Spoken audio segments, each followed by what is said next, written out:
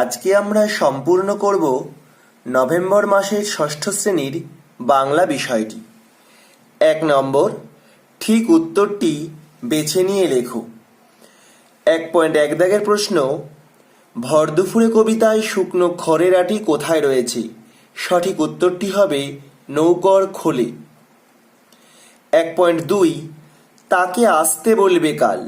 আসতে বলা হয়েছে কাকে? খ নম্বর অপশানটি হবে অভিমন্যু সেনাপতিকে। ১.৩, আকাশে নয়ন তুলে দাঁড়িয়ে আছে কে?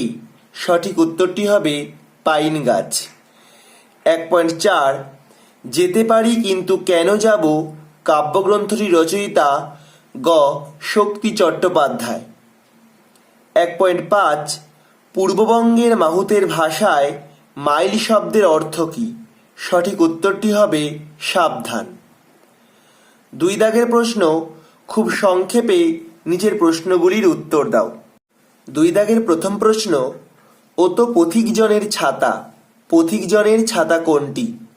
উত্তর, বর্তমান সময়ের অন্যতম শ্রেষ্ঠ কবি নীরেন্দ্রনাথ চক্রবর্তী রচিত ভর দুপুরে কবিতায় পথের ধারে শাখা প্রশাখা বিস্তৃত পথিকজনকে ছাতার মতো ছায়া প্রদানকারী অশ্বত্থ গাছটি।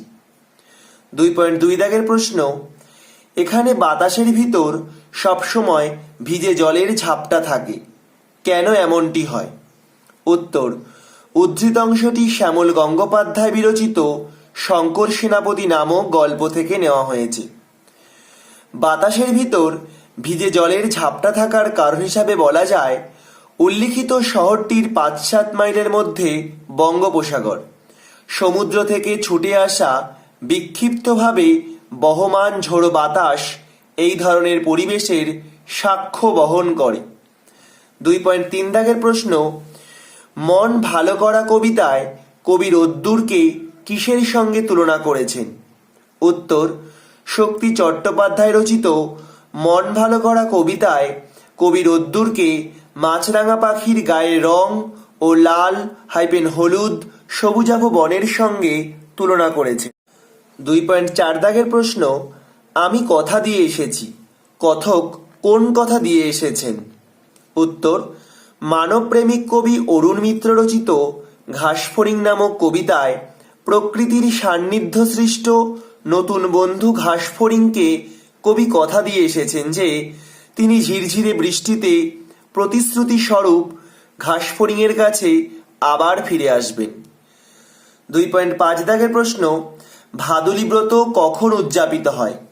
উত্তর, বর্ষা ঋতুর শেষের দিকে, মূলত ভাদ্র মাস নাগাদ গ্রাম বাংলার মেয়েরা নদীর পাড়ের মাটিতে আলপনা ও ব্রতকথা উচ্চারণের মাধ্যমে দূরে থাকা আপনজনকে ফিরিয়ে আনার প্রার্থনা জানিয়ে সুপ্রাচীন ভাদুলী ব্রত উদযাপিত হয় বা করে। ২.৬ দাগের প্রশ্ন, সন্ধ্যায় হাটের চিত্রটি কেমন? উত্তর, কবি যতীন্দ্রনাথ সেনগুপ্ত হাট কবিতায় অসীম মমতায় অঙ্কিত সন্ধ্যাকালীন পরিবেশে হাটের করুণ চিত্রটি তুলে ধরেছেন। ১ নম্বর, সারাদিনের বেচাকেনা শেষে সন্ধ্যার পরিবেশে হাট হয়ে যায় নীরব জনমানবহীন, ব্যস্ততার চিহ্ন মাত্র নেই। ২ নম্বর, শেষ সন্ধ্যায় দূরের গ্রামগুলি প্রদীপের রোশনায় প্রজ্বলিত হলেও হাটে কেউ প্রদীপ জ্বালায় না। ক্লান্ত সন্ধ্যার নিবিড় অন্ধকার হাটকে ম্লান করে তোলে। পরবর্তী প্রশ্ন ২.৭, কোন তিথিতে রাঢ়বঙ্গের কৃষিজীবী সমাজের প্রাচীন উৎসব গোবন্দনা, অলক্ষ্মী বিদায়, কাড়াখুঁটা, গরুখুঁটা প্রভৃতি পালিত হয়? উত্তর, স্বনামধন্য চিত্রকর তপনকর বিরচিত মাটির ঘরে দেওয়াল চিত্র নামাঙ্কিত পাঠ্যাংশে জানা যায়, সাঁওতাল ভূমিজসহ আদিবাসী গোষ্ঠীগুলি কালী পূজা অর্থাৎ কার্তিক মাসের অমাবস্যা তিথিতে নিজ গৃহ অলঙ্করণের মাধ্যমে রাঢ়বঙ্গের কৃষিজীবী সমাজের প্রাচীন উৎসব গোবন্দনা, অলক্ষ্মী বিদায়, কাড়াখুঁটা, গরুখুঁটা প্রভৃতি পালন করে। ২.৮ দাগের প্রশ্ন, কেমন যেন চেনা লাগে ব্যস্ত মধুর চলা। কবি কোন চলার কথা বলেছেন? উত্তর, বিশিষ্ট কবি অমিয় চক্রবর্তী পিঁপড়ে কবিতায় সাধারণ অর্থে সারিবদ্ধ পিঁপড়েদের চলার কথাই বলেছেন। পিঁপড়ের এই মধুর চলাফেরা ও ব্যস্ততা দেখে কবি মনে অভিব্যক্তি স্মৃতি জাগরিত হয়, যে কর্মময় জীবন মানুষের চলার প্রতিরূপ। পরবর্তী প্রশ্ন 2.9, সে বাড়ির নিশানা হয়ে উঠেছে আম গাছটি। ফাঁকি গল্পে গোপালবাবু কিভাবে তার বাড়ির ঠিকানা জানাতেন? উত্তর, ফাঁকি গল্পে গোপালবাবু তার বাড়ির ঠিকানা উল্লেখ করতে গিয়ে বলতেন, কাঠজড়ি নদীর ধার বরাবর পুরীঘাট পুলিশ ফাঁড়ির পশ্চিমে যেখানে পাঁচিলের মধ্যে আম গাছ দেখবেন সেইখানে আমাদের বাড়ি। পরবর্তী প্রশ্ন 2.10 দাগের অর্থাৎ 2 দাগের শেষ প্রশ্ন, তুমি যে কাজের লোক ভাই, ওইটাই আসল।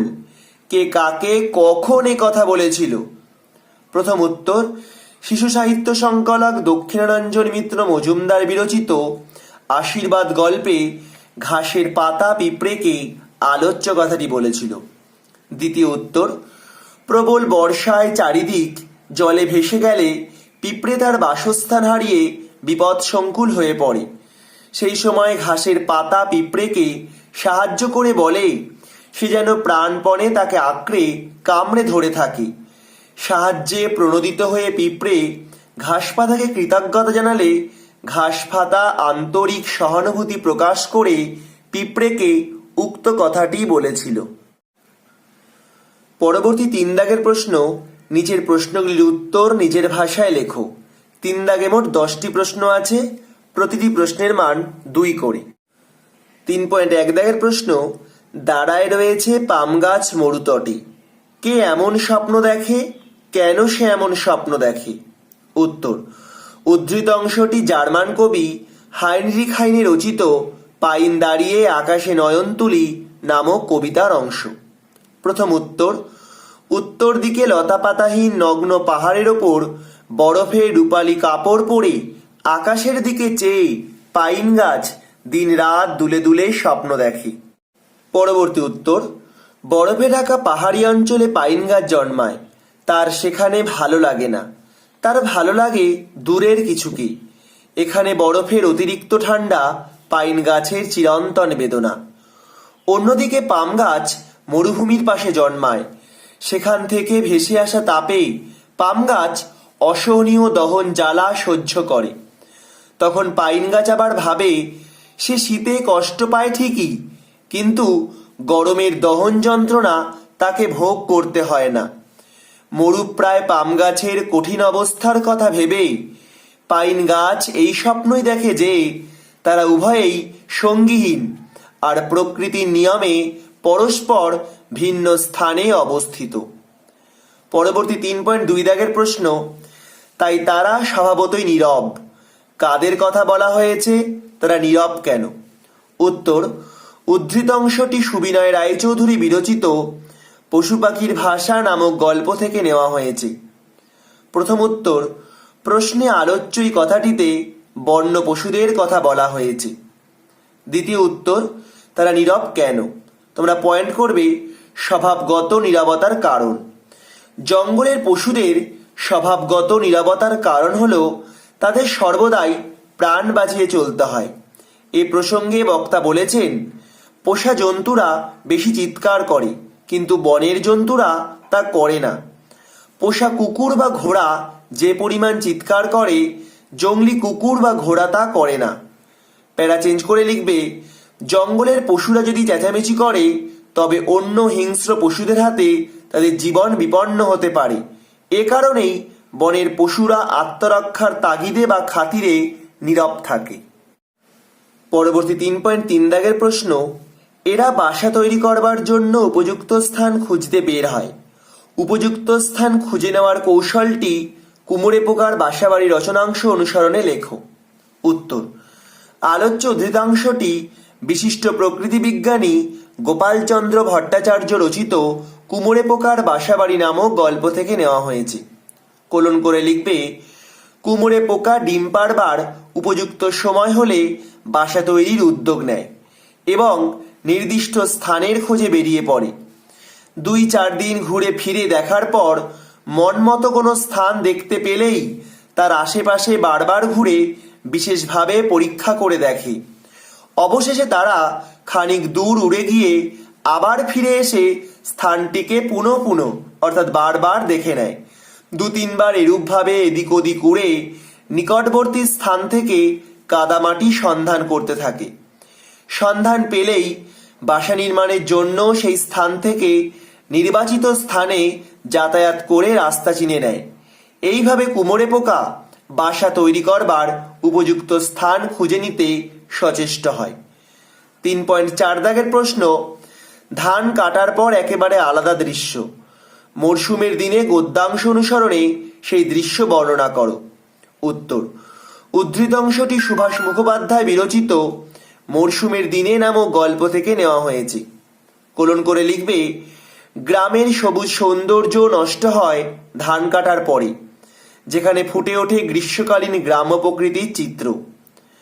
যতদূর দৃষ্টি যায় রুক্ষ মাটি, শুকনো কঙ্কালসার চেহারা, আলগুলো জেগে থাকে বুকের হাড় পাঁজরের মতো। মাঠের ভিতর দিয়ে পায়ে পায়ে রাস্তা ফুটে ওঠে গ্রামে যাওয়ার। আকাশের রং তখন তামার হাড়ির মতো, রোদের দিকে তাকানো যায় না। গরুর গাড়ির চাকায় মানুষের পায়ে মাটির ডেলাগুলি ভেঙে গুঁড়ো গুঁড়ো হয় ধুলো হয়ে। সেই ধুলো কখনো ঘূর্ণি হাওয়ায়, কখনো দমকা হাওয়ায় উড়ে উড়ে দৃষ্টি আড়াল করে দাঁড়ায়। একটু হলেই মাটি তেতে আগুন হয়ে ওঠে। যারা হাল বলদ নিয়ে ভোরে মাঠে গিয়েছিল, বেলা বাড়তেই তারা যত তাড়াতাড়ি পারে ঘরে ফিরে আসে। নদী, পুকুর, খাল, বিল শুকিয়ে যায়, গাছে পাতা থাকে না। খাল, বিল, নদীর নালার ধারে ছাড়া কোথাও ঘাসের ডগার দেখা যায় না। রাখালের দল ছড়ি পাচন হাতে বটগাছের ছায়ায় বসে থাকে। মাঝে মাঝে হাওয়ায় আগুনের হলকা দেয়। জলের জন্য চারিদিকে হাহাকার পড়ে যায়। লোকে সেই সময় ছায়া খুঁজে খুঁজে যায়। পায়ে চলা রাস্তা যায় বট অশ্বত্থের তলা দিয়ে, আম কাঁঠালের ছায়ায় ছায়ায়। বাঁধানো ইদারা, নদী নালা, খাল, পুকুরের ধার দিয়ে, যেখানে হাতের কাছে পিপাসার জল পাওয়া যায়। পরবর্তী 3.5 দাগের প্রশ্ন, দিন ও রাতের পটভূমিতে হাটের চিত্র হাট কবিতায় কিভাবে বিবৃত হয়েছে তা আলোচনা করো। উত্তর, উদ্ধৃত অংশটি যতীন্দ্রনাথ সেনগুপ্ত বিরচিত হাট কবিতা থেকে নেওয়া হয়েছে। হাটের 2টি চিত্র আছে। প্রথম চিত্র, দিবসকালীন হাটের চিত্র।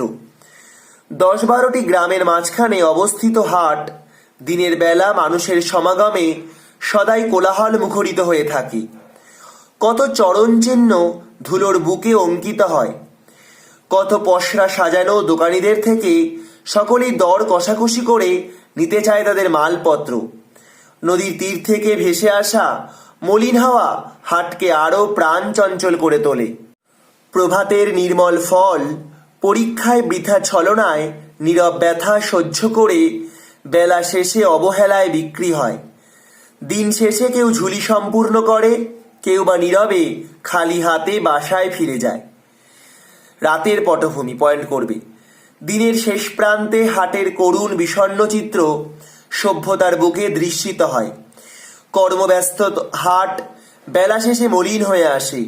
সারা গ্রামে সন্ধ্যার আগমনে প্রদীপ জ্বলে উঠলেও হাট থাকে অন্ধকারে নিমগ্ন।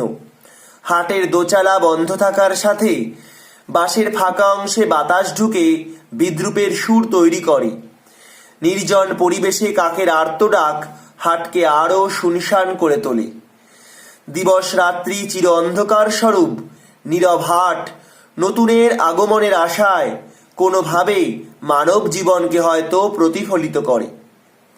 3.6 দাগের প্রশ্ন, মাটির ঘরে দেওয়াল চিত্র রচনায় সাঁওতালি দেয়াল চিত্রের বিশিষ্টতা কিভাবে ফুটে উঠেছে। উত্তর, মানভূমে সাঁওতাল সহ বিভিন্ন আদিবাসী গোষ্ঠীর মানুষের বসবাস থাকলেও দেওয়াল চিত্রের ক্ষেত্রে সাঁওতালরাই অগ্রসর। পয়েন্ট করবে, দেয়াল চিত্রের বিশিষ্টতা মূলত জ্যামিতিক আকার আশ্রিত বর্ণ সমাবেশেই রচিত হয় সাঁওতালি দেয়াল চিত্র। এতে যেমন দেখা যায় চওড়া রঙিন ফিতের মতো সমান্তরাল রেখা, তেমনি থাকে আবার চতুষ্কোণ ও ত্রিভুজের ছড়াছড়ি। চতুষ্কোণের ভিতর চতুষ্কোণ বসিয়ে করা হয় নকশা, কিংবা ত্রিভুজের ভিতর বসানো হয় আরও একটি ত্রিভুজ। সাধারণত ঘরের চতুষ্পার্শ্ব ঘিরে থাকে মূল বেদিটিকে করা হয় তার সমান্তরালে টানা হয় বিঘত খানেক চওড়া গেরুয়া রঙের একটি রেখা, আবার তার উপর সমান ছাড় দিয়ে আরেকটি সমান্তরাল কালো রেখা। এর উপরে সাদা আকাশি গেরুয়া বা হলদে রঙের রেখা দিয়ে চতুষ্কোণ বা ত্রিভুজগুলি হতে পারে। সেগুলি পাশাপাশি বসে দেয়ালটিকে ভরিয়ে তোলে। সাধারণত এইভাবেই মাটি থেকে 6 ফুট পর্যন্ত উচ্চতায় চিত্রণটি বিস্তৃত হয়। 3.7 দাগের প্রশ্ন, পিঁপড়ে কবিতায় পতঙ্গটির প্রতি কবির গভীর ভালোবাসার প্রকাশ ঘটেছে, আলোচনা করো। উত্তর, কবি অমিয় চক্রবর্তী তার মানব জীবন সম্পর্কিত দার্শনিক ভাবনাকে ক্ষুদ্র সামান্য প্রাণীর পিঁপড়ের জীবন প্রবাহের মধ্য দিয়ে রূপায়িত করেছেন। কবি প্রথমেই আহা পিঁপড়ে বলে সহানুভূতির সাথে অন্তরে দুঃখের কথা ব্যক্ত করেছেন। নীরবে সদা ব্যস্ততায় তাদের ঘুরে বেড়ানো কবির কাছে বড় মধুর ও চেনা লেগেছে। কবি আশা করেন আলো আর গন্ধে ভরা ধুলোর রেণু মেখে আরও সুন্দর হয়ে উঠুক। বিমল পৃথিবীতে তাদেরও একান্ত এক জীবন আছে। সংবেদনশীল কবি বিপ্রের এই ছন্দময় আচরণ দেখে অহেতুক দুঃখ দিতে চান না। নিজের জীবনের ধ্রুব সত্যটিকে উপলব্ধি করতে পেরেছেন কবি। প্যারা চেঞ্জ করে লিখবে, সভ্যতার ইতিহাসে পৃথিবীর বুকে জীবনযাপন শেষ হবেই। মৃত্যু চেতনার এই গভীর সত্যটিকে উপলব্ধি করে কবি পিঁপড়ের প্রতি বিরূপ মনোভাব প্রকাশ না করে দরদ আদর ভালোবাসা দিয়ে তাদের বরণ করে নিতে চেয়েছেন। 3.8 দাগের প্রশ্ন, ফাঁকি গল্পের অন্যতম প্রধান চরিত্র একটি নিরীহ নিরাপরাধ আম গাছ। উদ্ধৃতিটি কতদূর সমর্থনযোগ্য? উত্তর, উদ্ধৃত অংশটি ওড়িয়া সাহিত্যের একজন খ্যাতনামা বলিষ্ঠ লেখক তথা গল্পকার রাজকিশোর পট্টনায়ক বিরচিত ফাঁকি নামাঙ্কিত গল্প থেকে গৃহীত হয়েছে। গোপাল ও তার বাবার মধ্যে বিভিন্ন কথা কাটাকাটি ও দোলাচলের মধ্য দিয়ে কলমের তৈরি আম গাছটি বাড়ির একজন সদস্য হিসাবে একাত্ম হয়ে উঠেছিল। প্রথম পয়েন্ট, নিরীহ আম গাছ। গাছটিকে ঘিরে ছিল বাড়ির লোকেদের পরিচর্যা, বাড়ির ঠিকানা নির্দেশ ও যাবতীয় গল্পের কেন্দ্রবিন্দু। বেড়াবন্দি আম গাছটি কার্জয়ী নদীর দিক থেকে ছুটে আসা গরম বালির ঝাপটা নিজ দেহ দিয়ে আটকাত। শীতল অনুভূতিতে এই গাছের তলায় গোপালের বন্ধুরা বই লেখার স্বপ্ন দেখত। পূজা ও বিবাহ বাড়িতে আম পাতা আমডাল প্রদান, গাছের আম বিলিয়ে দেওয়া, হেরানো সাইকেলের ভার প্রভৃতি ঐকান্তিক প্রচেষ্টায় সে জাগ্রত ছিল। কীটনাশক ছড়ানো, গাছের ডাল কেটে ফেলা প্রভৃতি শত আঘাত সহ্য করেও ওই গাছটি তার নিরীহ রূপ পালন করেছিল। পরবর্তী পয়েন্ট, নিরাপরাধ সত্তা। উইপোকা গ্রাসে আম গাছটি তার কর্মক্ষম হারিয়ে এক ঝড়ের রাতে তার অস্তিত্ব হারিয়ে ফেলে, কিন্তু বিলাসী ইতিপূর্বে রেখে যায় তার কর্তব্যবোধ। গতকালের ভয়ঙ্কর ঝড়ে কারো গায়ের ওপর না পড়ে সে নিজ সৃষ্টিকে হারিয়েছিল। বাড়ির বাইরের বিজলি বাতিটা এবং কাকের ছোট ছানাগুলো এখনো অক্ষত আছে। এইভাবে নিরীহ নিরাপরাধ আম গাছটি অস্তিত্বহীনতার স্তূপেও নিজেকে দণ্ডায়মান রেখেছে। পরবর্তী 3.9 দাগের প্রশ্ন, পৃথিবী সবারই হোক, এই আশীর্বাণী আশীর্বাদ গল্পে কিভাবে ধ্বনিত হয়েছে? উত্তর, রূপকথক তথা শিশু সাহিত্যিক দক্ষিণারঞ্জন মিত্র মজুমদারের আশীর্বাদ গল্পে পৃথিবীতে নানা রকম প্রতিকূলতা থাকলেও তার মধ্যে প্রাণীরা নিজ অস্তিত্ব রক্ষা করে চলেছে। তুমুল বর্ষায় একটি পিঁপড়ে জলের তোড়ে ভেসে যেতে যেতেই আশ্রয় নিয়েছে একটি ঘাসপাতার নিচে। বৃষ্টি কমে আসলেও পিঁপড়ের মুখে তখন ফুটে ওঠে, এই পৃথিবীর মাটি শুধুই গাছপালাদের। তখন ঘাসপাতা প্রত্যুত্তরে জানায়, মাটি সবারই। কথোপকথনের মাঝে তখন বৃষ্টি বলে ওঠে, প্রকৃতির প্রাণ শক্তির কাছে সবকিছুই যেন হার মেনে যায়। প্যারা চেঞ্জ করে লিখবে, পিঁপড়ের দুঃখে ব্যথিত হয়ে ঘাসপাতা জানায়, বন্ধু ভাই, তুমি ভয় পেও না, ভেবো না একটুও, বাদল চলে যাবে, চলে যাবে জল নিশ্চয়ই, আসবে, আসছে শরৎ। প্রাণীরা কেবল নিজেদের জন্য বাঁচে, কিন্তু প্রকৃতির সন্তান সবাইকে আশ্রয় দেয়। বৃষ্টি অভিশাপ নয়, সে আসে জড়তা জীর্ণতা দূর করতে।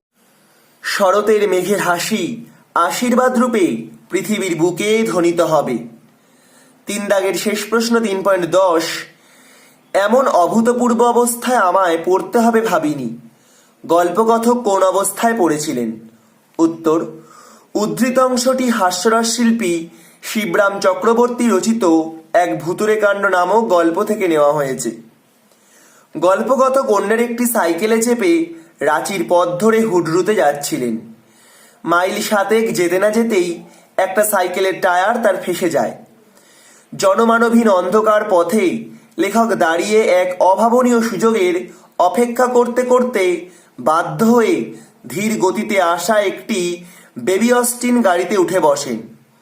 কিছু সময় পর চালকের আসন লক্ষ্য করে গন্তব্যের কথা বলতে গিয়ে দেখে সেখানে চালক নেই। প্যারা চেঞ্জ করে লিখবে, প্রাণ ভয়ে তিনি হতবাক হয়ে যান গলা দিয়ে তখন আর কথা বেরোচ্ছিল না। তার 2 চোখ ঠিকরে বেরিয়ে আসতে চাইল। তার জামার কলারটি আঁটোসাঁটোভাবে গলার চারধারে চেপে বসেছিল, যাতে অবশ হওয়ার মাঝেই সারা শরীর তার ঘামে আচ্ছন্ন হয়ে গেল। তার মনে উদয় হলো ভূতের সম্ভাবনার কথা। এরকম অভূতপূর্ব অবস্থায় লেখক পড়বেন কখনোই আশা করতে পারেননি।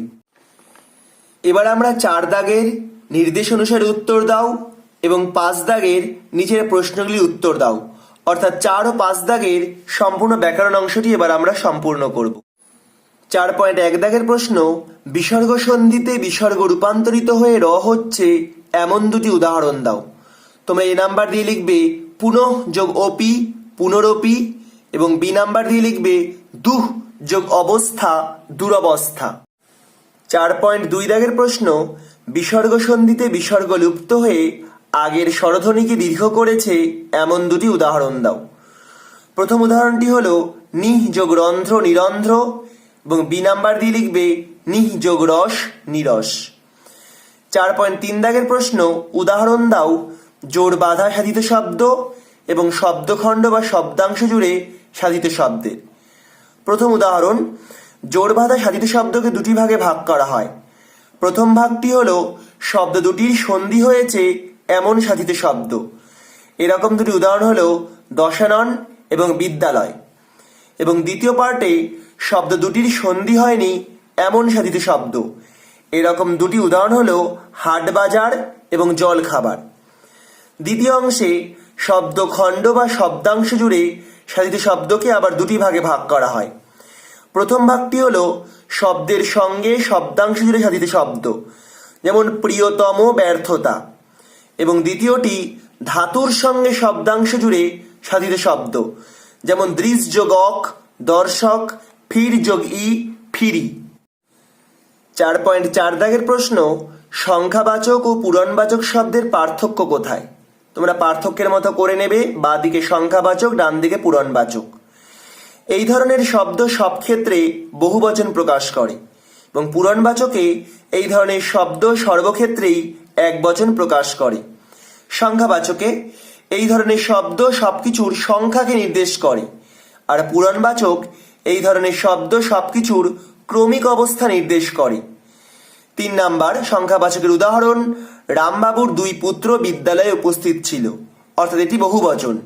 আর পূরণবাচকের উদাহরণ, রামবাবুর 2য় পুত্র বিদ্যালয়ে উপস্থিত ছিল, এটি একবচন। 4.5 দাগের প্রশ্ন, সন্ধি বিচ্ছেদ করো। নিরঙ্কুশ, নিঃ যোগ অঙ্কুশ নিরঙ্কুশ। এবার 5 দাগের প্রশ্ন, শব্দজাত অনুসর্গগুলিকে বাংলায় কয়টি শ্রেণীতে ভাগ করা যায় এবং কি কি? উত্তর, বাংলা ব্যাকরণে শব্দজাত অনুসর্গগুলিকে বাংলায় 3টি শ্রেণীতে ভাগ করা হয়। 1 নাম্বার, সংস্কৃত বা তৎসম অনুসর্গ, যেমন ব্যতীত দিকে। 2 নাম্বার, বিবর্তিত রূপান্তরিত বা তদ্ভব অনুসর্গ, যেমন বিনা সঙ্গে। 3 নাম্বার, বিদেশি অনুসর্গ, যেমন বরাবর বনাম দরুন। 5.2 দাগের প্রশ্ন, উপসর্গের অপর নাম বা আরেক নাম আদ্য প্রত্যয় কেন? উপসর্গ হলো এমন এক ধরনের ধ্বনিখণ্ড বা প্রত্যয় যা কোনো শব্দের আদিতে যুক্ত হয়ে শব্দের অর্থকে কখনো আংশিক আবার কখনো সম্পূর্ণরূপে পরিবর্তিত করে দেয়। এই কারণবশত উপসর্গকে আদ্য প্রত্যয় বলে বিবেচিত করা হয়। 5.3 দাগের প্রশ্ন, ধাতু বিভক্তি বলতে কি বোঝো? কাল ও পুরুষ ভেদে যে বর্ণ বা বর্ণ সমষ্টি ক্রিয়াপদের মূল অর্থাৎ ধাতুর উত্তরে বা পরে যুক্ত হয়ে একটি সম্পূর্ণ ক্রিয়াপদ গঠন করে তাকে ধাতু বিভক্তি বলে। যেমন উত্তম পুরুষের ক্রিয়া করি, কর যোগ হস্যই। 2 নাম্বার, প্রথম পুরুষের ক্রিয়া করে, কর যোগে। তোমরা মন্তব্য বলে পয়েন্ট করে লিখবে এখানে হস্যই এবং এ হলো ধাতু বিভক্তি।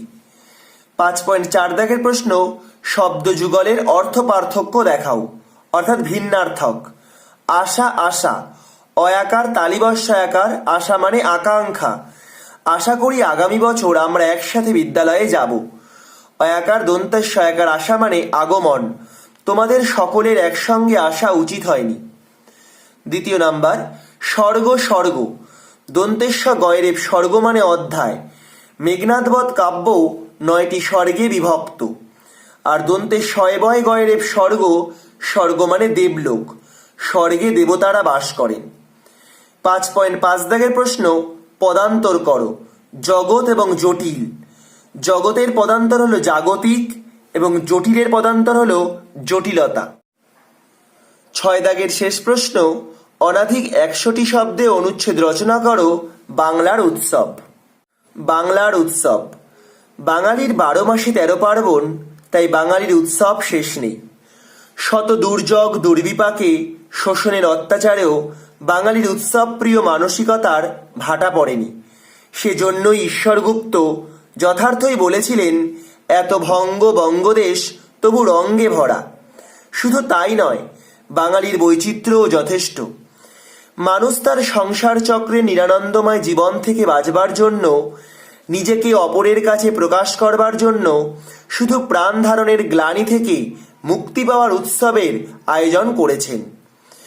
উৎসবের দিনে মানুষ যেহেতু সমস্ত ক্ষুদ্রতা, হীনতা, ক্লীবতার গণ্ডিকে অতিক্রম করতে পারে, তাই সেদিন আনন্দের দিন। বাঙালির উৎসব তাই আনন্দ সঙ্গীতেরই সমারোহ।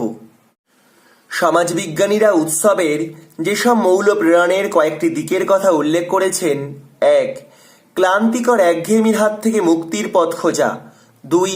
পরস্পর মিলন আকাঙ্ক্ষা। 3. ঋতু পরিবর্তনের সঙ্গে সঙ্গতি লক্ষ্য করা। 4.